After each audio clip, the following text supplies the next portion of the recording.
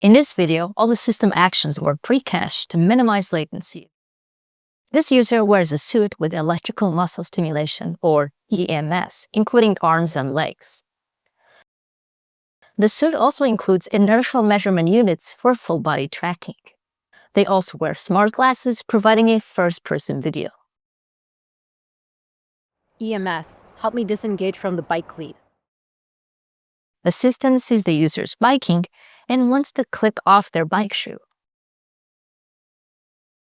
It generates the required stimulation for assistance.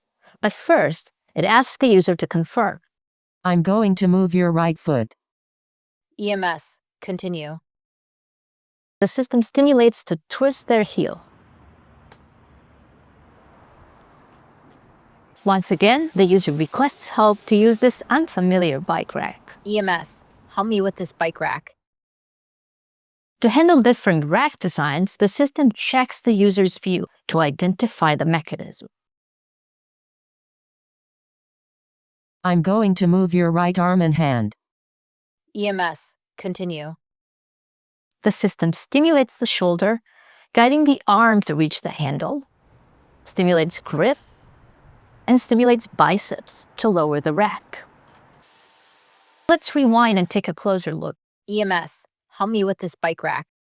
Her request gets passed into a multimodal artificial intelligence, a language model, that is prompted to generate a detailed tutorial. To improve its reasoning, we make it context-aware. Here's the output of the multimodal AI so far. This contains useful movement instructions like squeeze or pull, but it also contains information not relevant to movement generation, like things about traffic conditions. These instructions are easy to understand for humans, but they're too abstract for muscle stimulation machines. To get to that, we first refine these general instructions into movement instructions. Here's the more refined output of the multimodal AI so far. These are closer to body movements. The text includes things like grip the handle and pull. But these are still everyday words, not muscle stimulation commands. The next steps are the most important. First, we prompt the AI model to select instructions from a knowledge base containing well-formed muscle stimulation commands. We need to ensure that these muscle commands follow proper biomechanical constraints. By applying a set of fixed rules, we check if each instruction is within anatomical range and respects the user's current body pose. In this first step, the AI model picked a stimulation that would extend her elbow by 45 degrees in the hopes of getting it closer to the rack. However, our constraints see that the elbow is already close to its maximum range, and instead, go try to actuate the parent joint, in this case, the shoulder. The constraint system finds that it can be moved to perform a similar motion and therefore selects the shoulder stimulation instead. Now, we have a more refined movement, and it's in a format that a muscle stimulation can understand. I'm going to move your right arm and hand.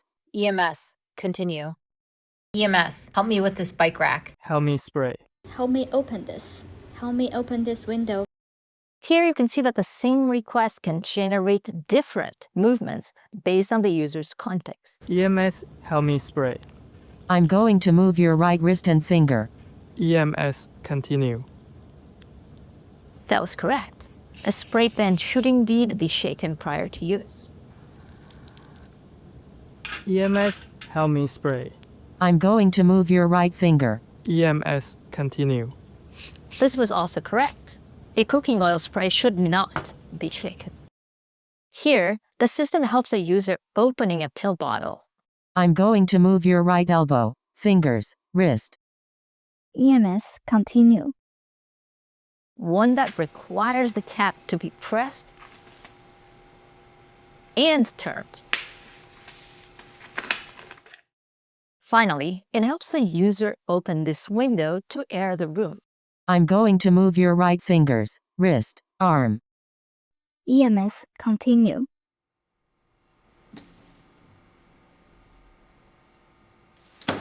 Note the unusual mechanism of this window.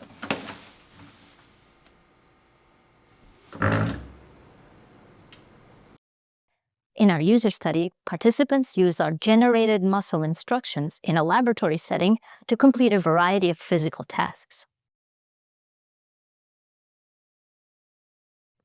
Participants understood well the procedural knowledge imparted by means of electrical muscle stimulation. And using this guidance, they were successful in completing 92% of the trials. Specifically, in one of the 6 tasks, we provided participants with correct muscle stimulation gestures that they could use to open this unfamiliar window, which works by rotating the handle upwards. We also observed that participants made use of verbal commands to control our system. Very cool. I'm going to close it and then do it again.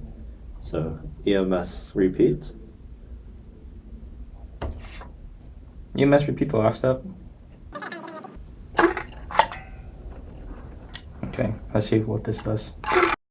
EMS slow down.